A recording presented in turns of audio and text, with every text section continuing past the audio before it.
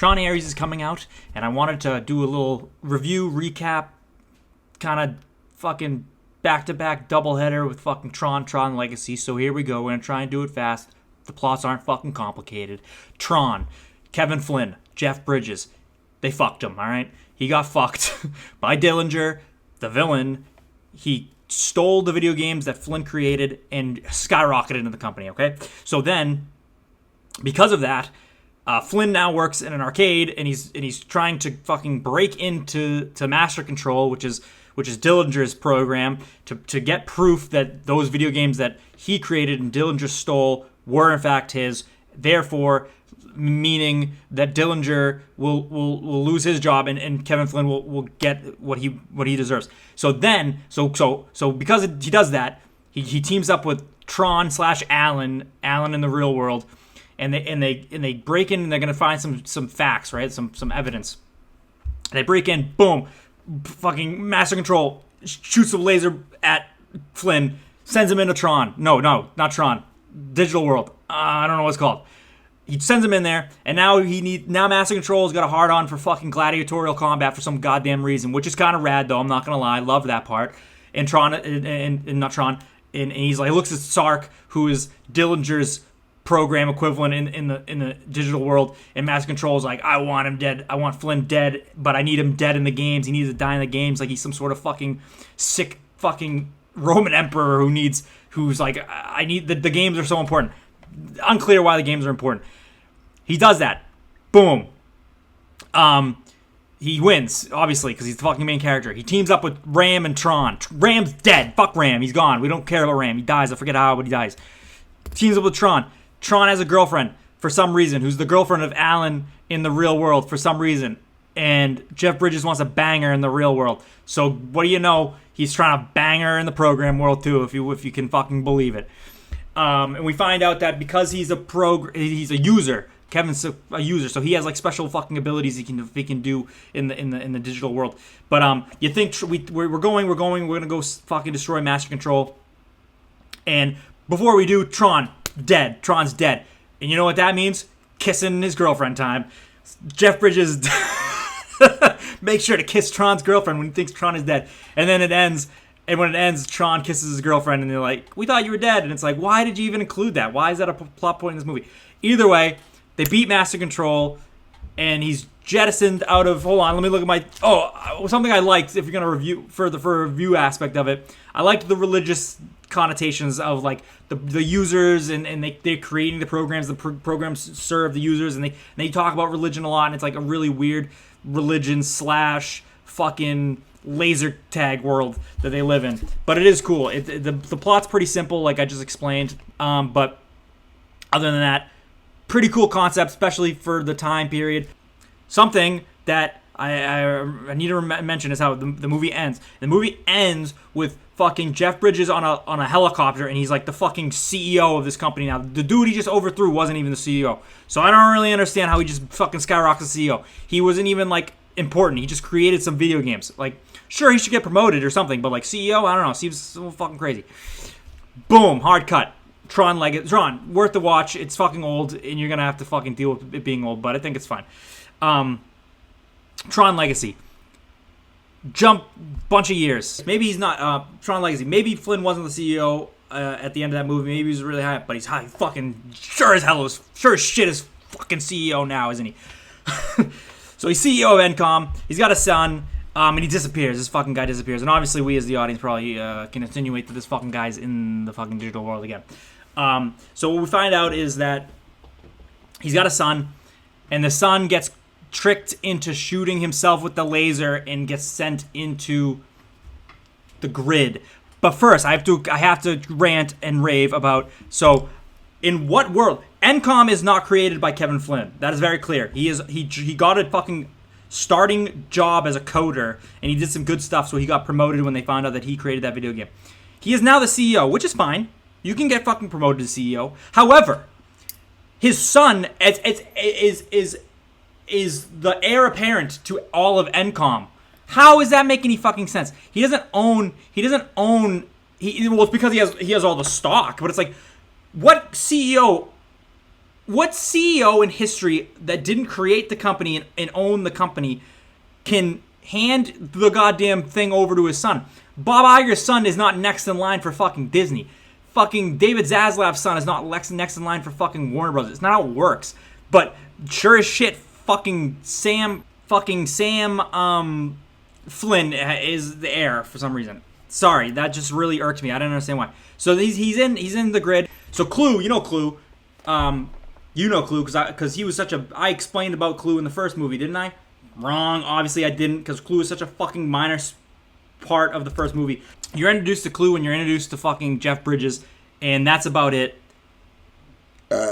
Fuck you. But now the fucking screenwriters were like, you know what? What if Clue, this minor plot point of the first movie, what if he's the villain? Boom. He's young Jeff Bridges and he looks like shit. Some of the worst de-aging I've ever seen. Sometimes it looks like kind of all right because he looks a certain way and then you're like kind of like, oh, is that Jeff Bridges? No, it's a fucking weird fucking robot man. Horrible looking. I hate it. But old Jeff Bridges is there. And I mean, I say that now. I saw this movie first time when I was like 16, 17. Didn't know which Jeff Bridges was real and which one wasn't. That's so embarrassing to say. Literally fooled me. I was like, wow, that's really crazy. And now looking back, I'm like, you dumb bastard. Like, it's so fucking obvious. So Clue's the villain. Clue's plot. Clue wants is to raise an army of programs, and he's going to go into the open portal that Garrett Hedlund has just opened, and he's going to, send out... He's going to take over the fucking Earth. And obviously Jeff Bridges is like, no, I don't want that to happen. So when Jeff Bridges... and obviously a la fucking Master Control, for some reason the games are so important to Clue, and he puts the games together, and he puts fucking Sam Flynn into the games for some reason, and just to kind of like have us watch the games, I guess. Also, the games look like worse in this movie than the first one. I don't know. The light cycles look worse. I hate the way the light cycles look. But other than that, now it's off for some reason. I didn't even do anything. So now, fucking goddamn, I lost my train of thought. Right. So Clue. So then the plot is like kind of typical, where it's just like they're going towards the portal. And they gotta get to the portal before Clue can get to the portal. He steals the fucking identity disc off of Jeff Bridges, and by doing so, he'll let him use the portal. Michael Sheen is in this movie also. This is the part of the plot where it's like kind of like gets a little in the weeds, where it's like they go talk to Michael Sheen because he can get them information, I guess. And he's doing one of the worst performances I've ever seen him do in my life. He's a fucking great actor, and I was like, what are you doing, bro? He's chewing the scenery. He's fucking having the time of his life. I don't like it, though. I hate it. Like, it's upsetting to me watching what he's doing. But and then he betrays them, and it's like I don't know this character. It's not that weird that he betrays them, but it seems kind of weird that he betrays them. I don't know why he's doing that, because then Clue just fucking explodes him and he's dead. So it's like, why'd he help? I don't know. The character's weird. Rinzler. This character called Rinzler. I like Rinzler. You find out, spoiler. I'm telling you the plot of the movie, that he's Tron. And that's fucking kind of cool. But I think it's odd. It's just like a weird choice to have Tron be like this fucking like villain, faceless villain. It's the name of the movie, you know what I mean? It just seems kind of weird. But so by the end of the movie, also Rinzler Tron does unnecessary flips all over the goddamn movie, and it's my favorite thing ever. Ever since I watched this movie when I was a kid for the first time, I was like, that's my new favorite thing. A character doing flips for no reason. Tron wants to get two steps to his right. Why take 2 steps when you can do 1 flip? And that's what he does. He flips, and he uses flips to fucking traverse menial fucking distances. But we love it. We love to see it, Tron, and we love you, Tron. We love you, Tron. And now it's blinking, and then whatever. Where was I? All right, so the end of the movie. So Tron, they're flying. Clue's about to kill them. He's like, Rinzler, do it! And then for no reason, Tron has shown no remorse. Tron has shown no humanity within himself. He doesn't want to do... He's been evil the whole time. And yet, for some reason, right at the end, right when they need him to be good, he just kind of changes to be good. And he's like, which I don't like because it's kind of lame and stupid, but he does it in a rad way. And he just goes, he's like flying, he's going to fucking kill them. And then he just goes... I fight for the users, and then he fucking smashes in a Clue and fucking takes Clue out, and it's fucking sick. But and then he doesn't die, I don't think. So he better be in this fucking new one, I swear to God. But then at the end, Clue is like, I'm fuck you. I'm gonna do my plan still. And then Jeff Bridges swapped the discs with Cora, who's a character I haven't mentioned. And and there's a plot about the ISOs, which is like what it was gonna be like a gift for humanity, and they were like these artificial beings that like kind of created themselves, or they came into being in the grid. Super unclear. She's the last one of those. Super unclear. I didn't understand what the fuck Jeff Bridges was talking about when he was talking about that stuff. But either way, to stop Clue, he does some god shit, touches the ground, and just sucks Clue back into himself, which they said at the beginning of the movie that if he did that, he would kill himself. But obviously he doesn't, because in the trailer for Ares, he's in it. So either way, that's the end. And then Cora gets out into the real world, so obviously that's something that's going to be going on in the new movie. Cillian Murphy's also set up to be a villain in future movies, but I believe this movie didn't do well in the box office, so they never made those until now, and then they're doing a different thing. But don't worry, Jared Leto's in this, a fucking sure thing at the box office, am I right? All right. Let me look at my notes before I leave you. Is there anything? No. Tron was doing some flips, though, wasn't he?